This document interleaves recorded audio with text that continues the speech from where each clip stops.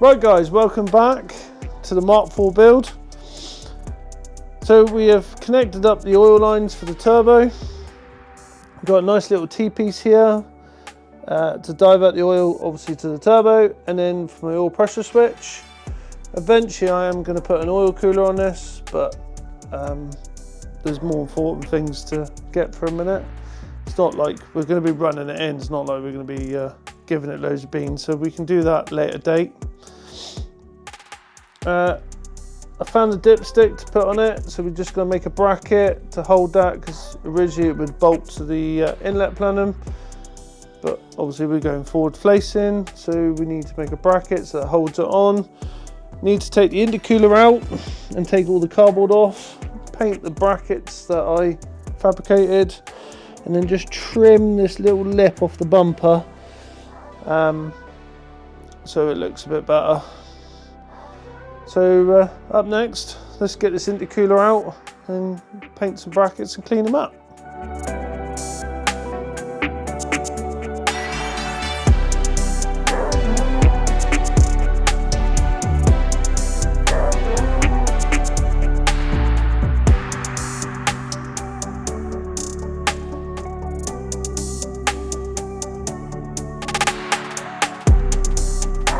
Don't say Rob, it's not your best work, mate. No, yeah, don't film too well. No, don't get that in the film. Right, so we got the intercooler out. We need to tidy up the brackets, but it's quite late at night and I like to keep my neighbours fairly happy. So we're going to do some quiet stuff on the inlet plenum, fitting the idle control valve, working out what takeoffs we need for like fuel pressure reg, map sensor, brake booster. So we've got to do all that. So we'll get the inlet over and have a look. This is our posh inlet plenum. So we've gone for a throttle cable on this one, not a fly-by-wire. Yeah, I like a throttle cable. Old school. I'm getting old. So this takes the factory idle control valve. Hopefully we can put a bigger pipe in there. Right, let's get some bits.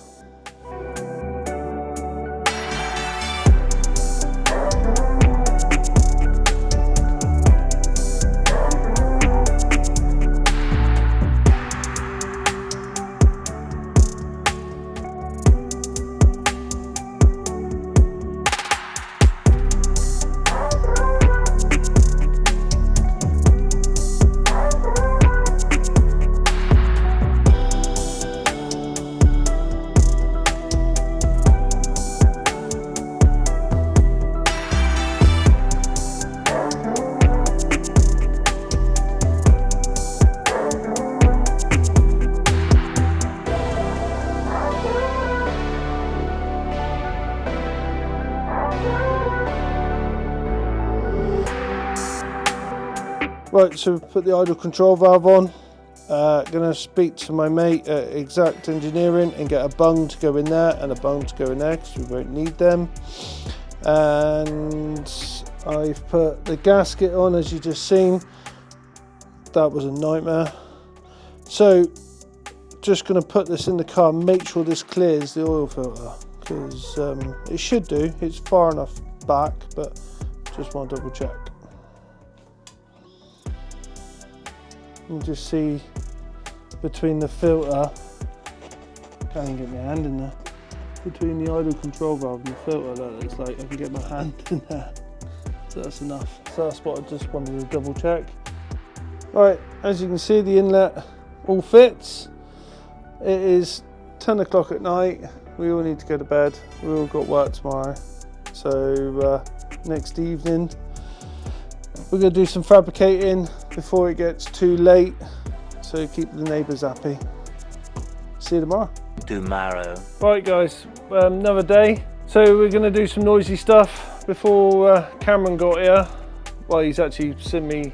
We've done the intercooler brackets, and then now we're going to mark the bumper and cut this little lip off the bumper so you can't see these horrible holes anymore.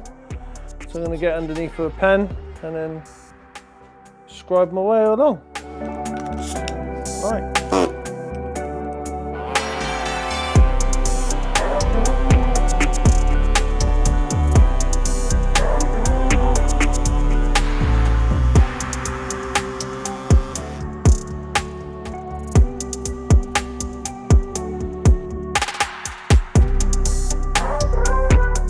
So I think I did that quite well freehand.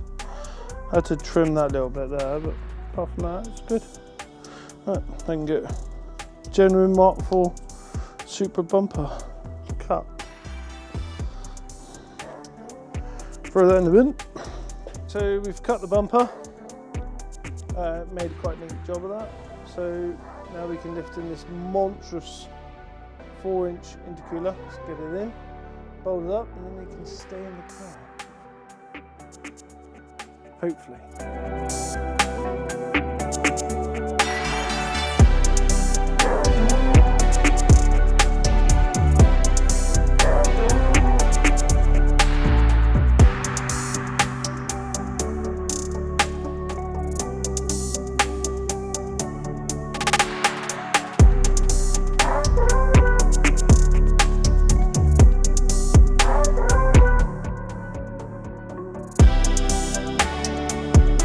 So we've bolted the intercooler in and now we're going to start hopefully fitting up all the boost pipes. Hopefully. I did say hopefully.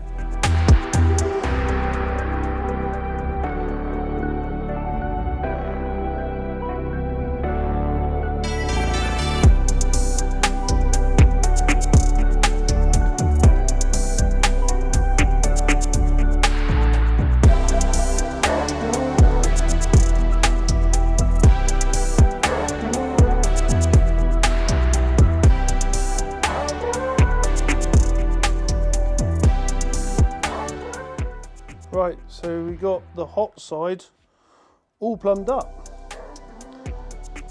So we've got a nice boost pipe there, nice bit of flex. It goes down there and then obviously into the intercooler. So on this side we've got to plumb up for the external wastegate so it knows what boost pressure it's getting, fit the boost controller, and make them lines. That's what these lines that I left long for, so I know where I can put it. So yeah, it's coming along nicely, slowly but nicely. We could put the radio in out the way, so it's just in the car instead of on the floor getting damaged. This rad is actually new, so it'll do for a minute.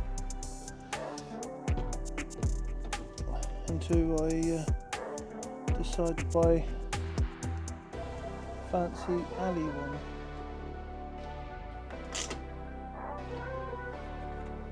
Okay, radio is back in. So this is the aircon pump off this car. As you can tell, it's, well, I can't even tell it's sea solid. Where this one turns lovely and free. Well, no, I'm still spinning. So this is a GS300 aircon pump, and this is obviously a Mark IV Supra pump. They're both the same size pumps, identical, but the only problem I've got making this fit in the car. So I'm going to put it in the car. We can always change the plugs, either change the plug on here or I've got another loom there, so I can nick the plug off and rewire it. It's 350 quid for a second-hand aircon pump, and you can buy them brand new for like 700 quid, but I don't really want to be spending 700 quid when I've got one here. So we'll see if we can make this one work. And this is a newer aircon pump, so it should be better. Where's the light? Oh.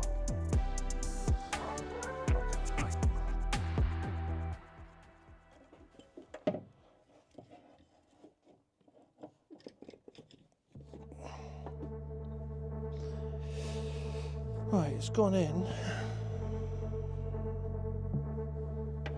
Right, so what we're going to try and do, instead of like cutting this off or like just cocking about, I'm going to cut a bit of flat plate.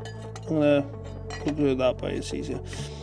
I'll drill this so we can bolt it, and then I'll probably put maybe a nut and bolt through there so it's done up and then it can't move, and that's like 3-4 mil, so yeah. And technically the aircon pump's on, and then we just got to figure out the wiring, what I can relay off that one and off the original loom, follow the cables back as long as they go in the same place. Yeah, so winner. Right, so I'm going to make a bracket.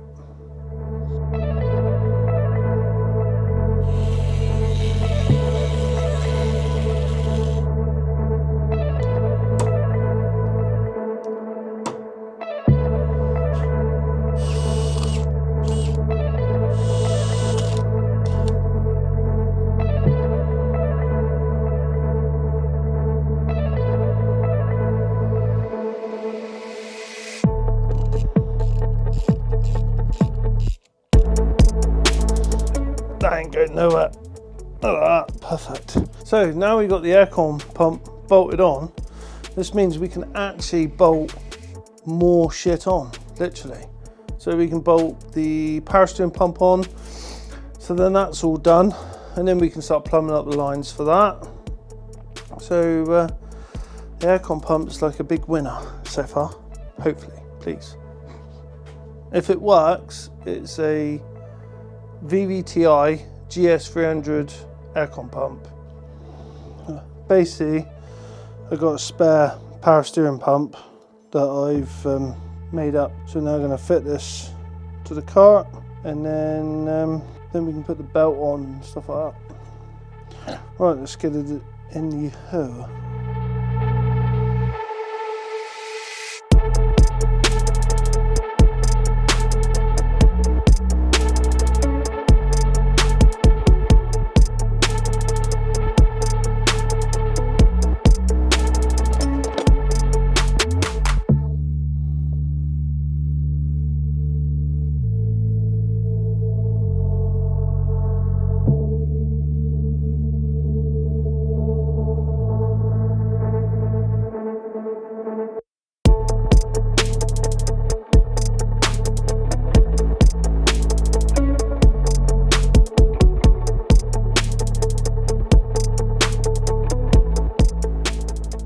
Right, so we've got the fan on, we've got the fan belt on, it's all tensioned up, all done up. So all we got to do now is connect up the power steering line to the power pump, and then I've had this made by a good friend of mine to give it a 90 degree so it comes out the pump, and then we can either send it down or backwards because it gives you 2 holes you can go from. So we can go from that angle, so it goes to the back, or we can put it going straight down. So until we get the inlet back on again, we can have a look to see where that goes. But that's another job for another day. So we're going to go in tonight. It's what, 9 o'clock? So we've done quite well tonight. Here's 9 o'clock. We've done hot side, intercooler's in. Have you shown the intercooler actually in? So you can actually see that nice big intercooler now. So that's all done. So yeah, so tomorrow we can carry on tidying up all the other bits. Right, see you tomorrow. Day 3. Right, so this is another day I've made. Looks funky, but it's a dipstick bracket to hold the dipstick in place, because the dipstick would originally bolted to the inlet platinum that goes across the top of the engine. So we haven't got that anymore. It was obviously going forward and facing. So I've had to make a little bracket. So welded this up and we'll get it bolted on. Got cancer, but you haven't actually got cancer.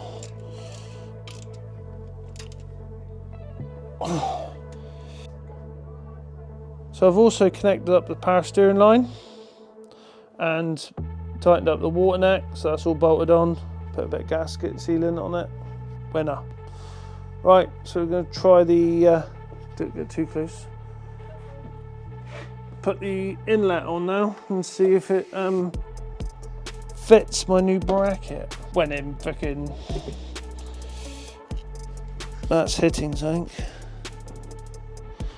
Yes, thought it would. So I'm going to have to delete that. Okay. Right, no problem. So in here, there's a vacuum for the power steering. So I'm going to have to take it off and get a bung for it, I think.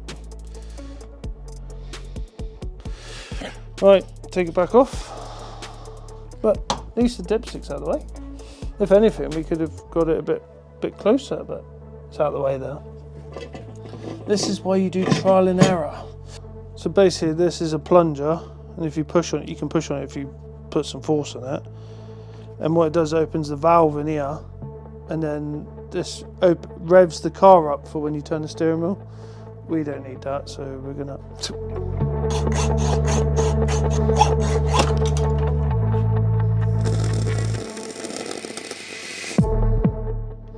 Oops, it's now on fire. Woo.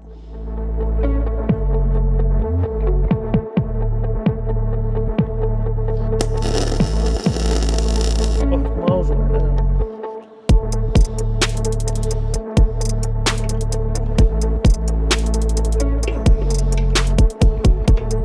Perfect. Right, so we're going to leave the inlet plenum on for a minute. We're going to, this come off my old Mark III Supra.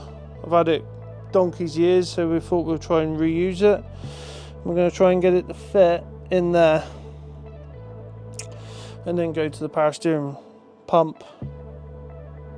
So we're going to make some brackets and see what we can do.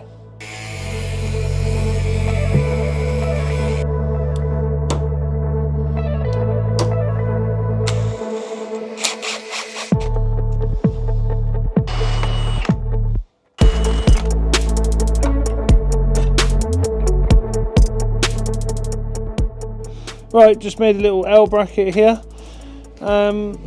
So, because I can't move the pipes, pardon me, it's got to sit like not level.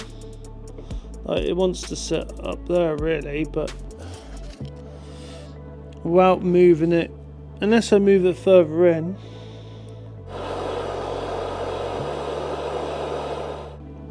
If I space that out a little bit, it would actually give me more room. So I need to make that bracket that much longer from that hole to there.